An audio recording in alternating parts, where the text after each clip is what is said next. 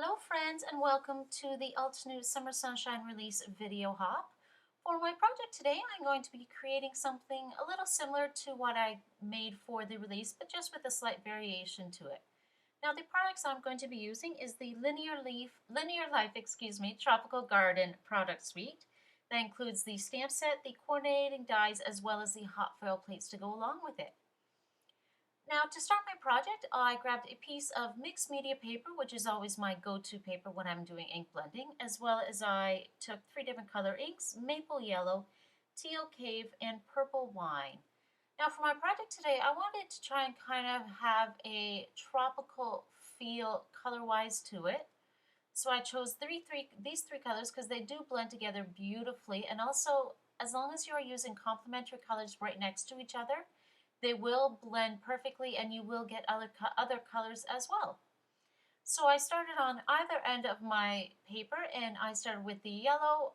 I went in on the other end of the paper with the teal cave, and in the middle of those two colors I used the purple wave. I always start purple wine, I'm sorry. I always start off the side of my paper and blend in towards the middle so you don't get any harsh lines in the middle of your ink blending where you went down first with your blending brush or ink blending applicator tool, whatever you may be using. So on this end, I'm going in with the teal cave, and I'm just going to just continue ink blending these colors until I'm happy with them. And then in the middle, like I said, will be the purple wine to kind of blend them all and join them all together. And so now after I did my ink blending, I cut a piece of masking paper the same size as my finished card base that I would like it to be, which is 4 1/4 by 5 1/2 I started with, and I just die cut a circle from the middle of that to do a little bit more ink blending. So I just center it and place it on my cardstock as perfectly as I can.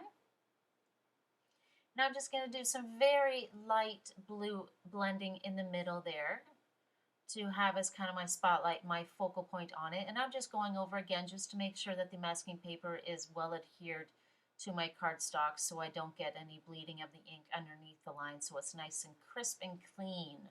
So now I didn't add any ink to my brush to begin with. I just went in with any residue ink that was still on my brush from the previous ink blending that I just did.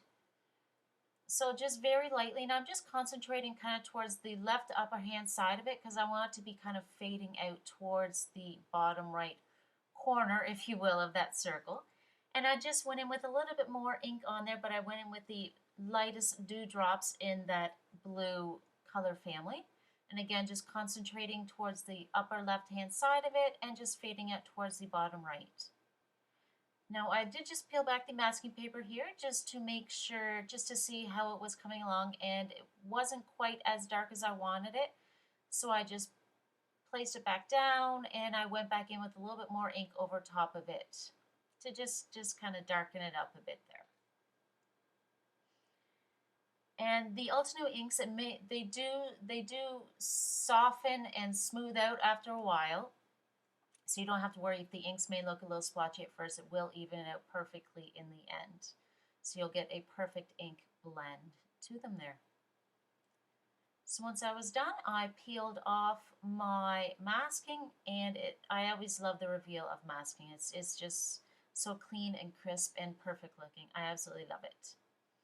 So now next for my hot foil, I heated up my machine and I went in with all of the hot foil plates. Actually, I didn't end up using all of the images that I did, but I wanted to have all of the images to begin with so I can pick and choose in the end which one I wanted to use, if that makes sense there. So I am just going to place them on. My machine is heating up, so I'm just placing my 3 leaves together because they're going to be foiled onto just some plain white cardstock, and I'm just going to measure it there and just cut to size that I will need for them. And then I'm just going to do the exact same thing with the flowers. Like I said, I will not be using all of the flower images once they're foiled, but it is always good to have them all just in case you never know. And plus I will have some extra images to use in future projects. Now because the machine is heating up, it is hot, the platform of it, the hot foil plates are starting to get a little bit warm, so just to move them around a bit, I just grabbed my little poker tool there to make it easier on my fingers so I don't burn myself. So again, with those, I just place them on there, make sure they are situated so that they will fit on my cardstock. And so now for my foil, I cut 2 pieces of a gold iridescent to size, pretty much about the size of my cardstock, and I just trimmed off a little bit that was hanging over the edges of them to try and just save that for future projects, because foil is very, very precious. You don't want to waste it. So now I'm just making sure the size, and when you do foiling, you do want to make sure when you do hot foiling that you place your foil pretty side down. So the pretty side of the foil is going to be touching the hot foil plates, and what you're going to be seeing is the dull back side of it. And I just placed my cardstock on top of it very, very carefully so that I did not move the plates nor the foil. And then through the magic of video editing there, I have already hot foiled them, ran them through my machine and whatnot. So because the machine and the hot foil plates are still warm, I am just removing them with the magnetic picker-upper thingamajiggy that came with my machine and just setting them to the side so they can cool off. Now I'll just turn my machine off and set it to the side there. So now this is the absolutely best part of hot foiling. It is the reveal. I absolutely love seeing this, and you do want to make sure that you hold on to the foil as well. You can foil those other pieces and you can have the opposite negative of what you have just done. Now this one I peeled it back a little bit more slow for that more dramatic effect to it, because well, just look at that gold holographic on that ink blending. That's just a thing of beauty. Love these. So definitely hold on to those foiled, the foil there, so you can use them and foil them again. So now I'm going to cut out all of my leaves and my flower images with the coordinating dies. When you are die cutting foil pieces, if you are going to be using a little bit of washi tape or a low tack tape to hold your dies in place, I have discovered through trial and error that if you place washi tape on top of the foil parts, that it will remove the foil. So just make sure when you are putting your washi tape to hold down those dies that you do put on the outer edge of those dies and onto the part of the cardstock that will not be cut out nor is foiled. So you can just see I'm just placing it on the outer edge of the dies and just onto the ink blended piece of the cardstock that is not foiled. And then I've already completed the die cutting of it, and I'm just showing that in the middle of these flowers and the leaves, there is an image that you can stamp in the middle of them just to add a little bit of fun color to them. Now I'm not going to be adding it to the flowers this time because as you can see they have enough color to them, but I am going to be adding it to the leaves just to add that little bit extra interest and that fun little touch to them. Now on these stamp sets, you will have the coordinating leaves right beside the middle parts as well as the flowers as well. But you will have the middle bits that go with each image right beside it, and then as well they have it labeled on the stamp set so it's easy to find. Each outline image with the coordinating middle will be, for example, A1, B, C, D, and so on. So you will have the outline image, for example, will be A1, and the coordinating middle to it will be A2, or will be B and B1, D, D1, and so on. I think you kind of understand what I'm trying to say there. So I'm just trying to show you, I'm not quite sure if you can see it labeled on the stamp set there, but I'm just taking out each coordinating middle that does go with my leaves and just placing them on each image so I do not get it mixed up and so I know exactly which goes with which. So I'm just going to grab an acrylic block to do the stamping of the middle bits of color because I don't need a stamping platform for this. If it is not perfectly on there, it doesn't matter. It's still going to look absolutely fantastic and as it should. So for the color of this in the leaves, I'm just going to grab the Parrot ink. Now that is from the Tropical Forest ink cube set, which I think the name of that green color family goes perfect with the tropical garden sets that we are using today. I didn't even realize that until now, that it goes perfectly together.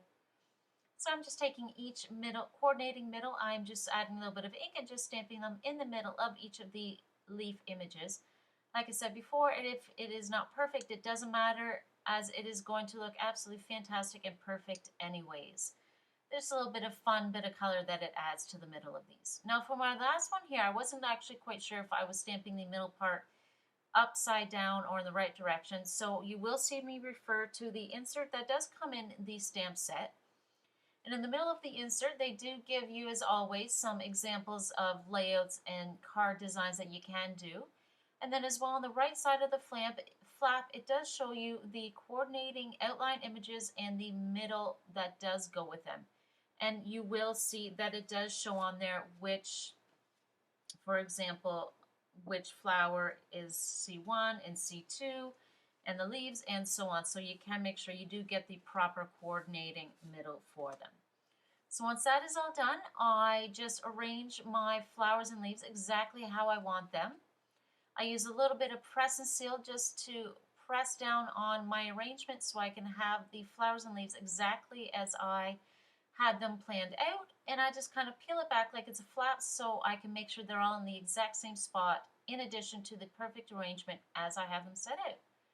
So I just add a little bit of glue to the back of the ones that will be adhered flush down to my ink blended base there, and then there will be one that I will be popping up with a little bit of foam square. So I just keep adding the glue to the back of them, fold it back down, put it down exactly where I want it, and then just peel back that last image, add a foam square to it, and the floral arrangement is done. Now I did stamp out my sentiment before I adhered all of the flowers to it. I just used the jet black ink to stamp out that, and I did add it in the part of the circle that was faded and that was almost white. Now all that was left was to add my ink blended floral piece to an A2 card base, which measures 4¼ by 5½. Now I did actually trim that piece down 1/4 inch on either side, so you have that little bit of a border around the card base. I just added, just to finish it, a few little clear embellishments, and that is it. I hope that you have enjoyed my project for today. If you have, hit that like button down below and subscribe while you're at it. Thank you for joining us on our hop today. I'll have down in the details your next stop to head on over to. Have a great day. Bye.